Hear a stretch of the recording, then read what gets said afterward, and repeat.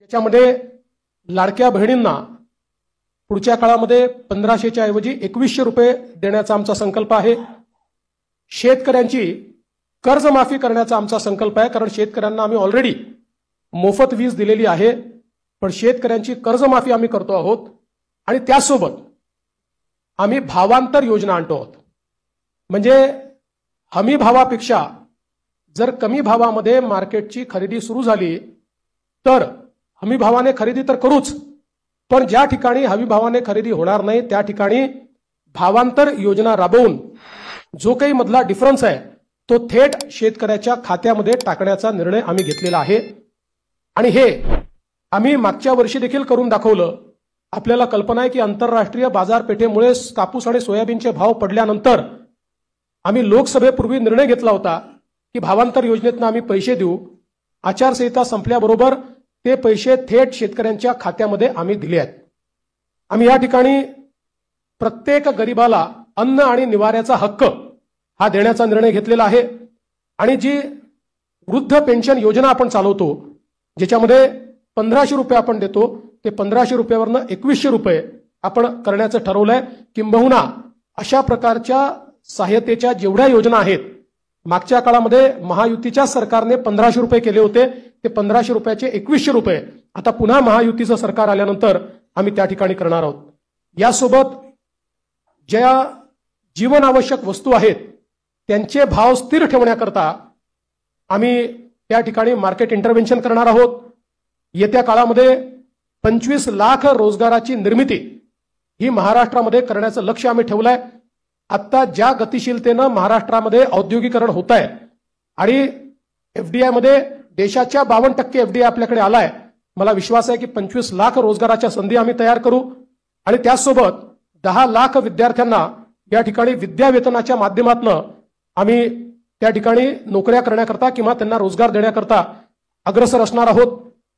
दुसरं, मागच्या 2.5 वर्षामध्ये आम्ही सरकारी नोकऱ्यांवरचा सगळा निर्बंध हटवून जवळपास 1 लाखपेक्षा जास्त, आम्ही 75,000 घोषणा केली होती, पण 1 लाखपेक्षा जास्त नोकऱ्या या सरकारी क्षेत्रामध्ये त्या ठिकाणी दिलेल्या आहेत।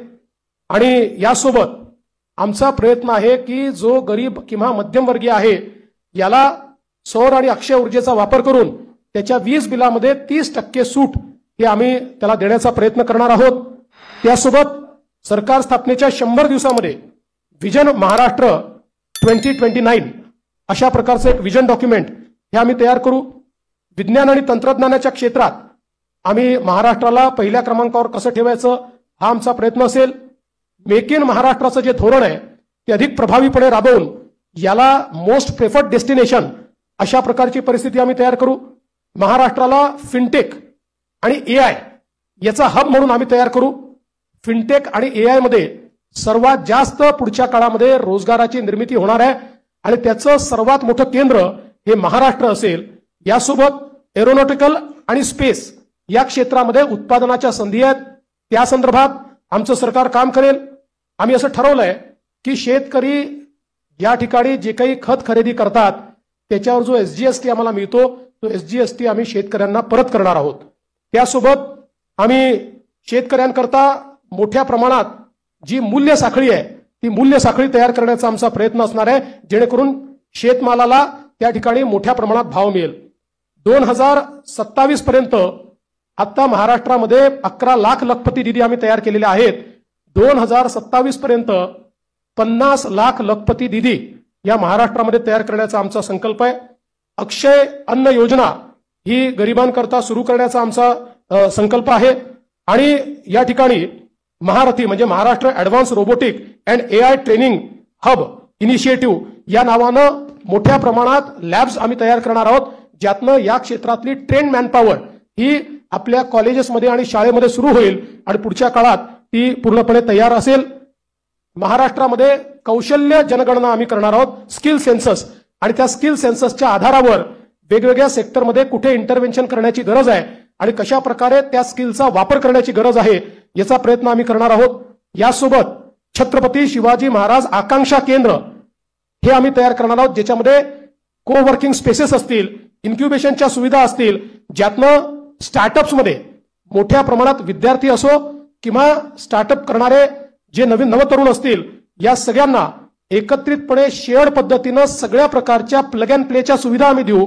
त्यांना इन्व्हेस्टमेंट न करता आपला व्यवसाय हा त्या ठिकाणी सुरू करता येईल.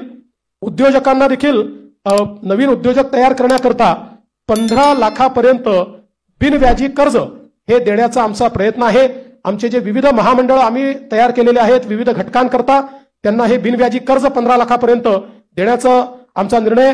यासोबत ओबीसी असतील, ईबीसी असतील, ईडब्ल्यू असतील, एनटी असतील, व्हीजेएनटी असतील आणि अर्थातच एससी आणि एसटी असतील या सगळ्यांना शिक्षण शुल्क आणि परीक्षा शुल्काची प्रतिपूर्ती करायची हा निर्णय देखील या ठिकाणी आम्ही घेतलेला आहे.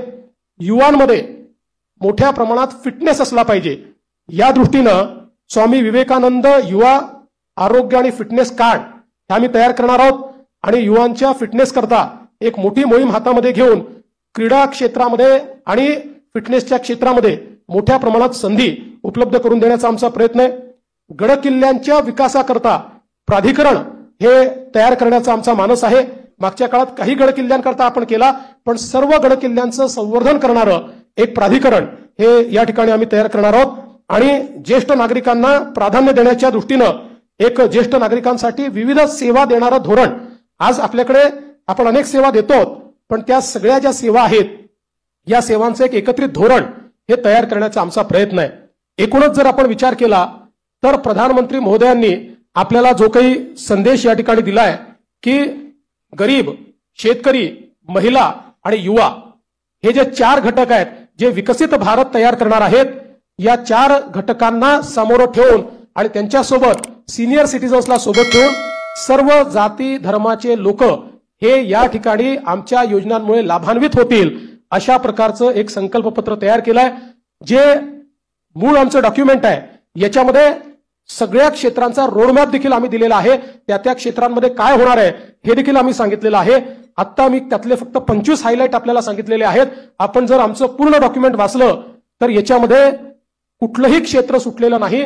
सगळ्या क्षेत्रामध्ये विकसित भारताचा रोडमॅप हा आम्ही मांडलेला आहे. विकसित महाराष्ट्राचा रोडमॅप मांडलेला आहे आणि आमचा प्रयत्न आहे जसं आता सुधीर भाऊंनी सांगितलं की या ठिकाणी आम्ही अर्ध्या ट्रिलियनचा मार्क महाराष्ट्राने पार केलाय आणि महाराष्ट्र देशातली पहिली $1 ट्रिलियन इकॉनॉमी करण्याकरता आम्ही सगळे संकल्पित आहोत. या दृष्टीनं ह्या संकल्पपत्र आम्ही तयार केलाय.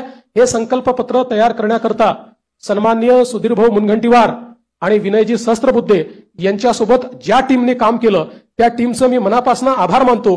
खूप जवळपास महिने, 1.5 महिने, 2 महिने एक मोठी प्रक्रिया राबवून त्यांनी या ठिकाणी हे संकल्पपत्र केलेलं आहे आणि 2029च्या निवडणुकीला जेव्हा सामोरे जाऊ त्यावेळी या संकल्पपत्रासोबत एक रिपोर्ट आम्ही देऊ की या संकल्पपत्रात काय सांगितलं होतं आणि आम्ही काय काय पूर्ण केलं अशा प्रकारचा रिपोर्ट देखील आम्ही आपल्या समोर ठेवू. खूप खूप धन्यवाद.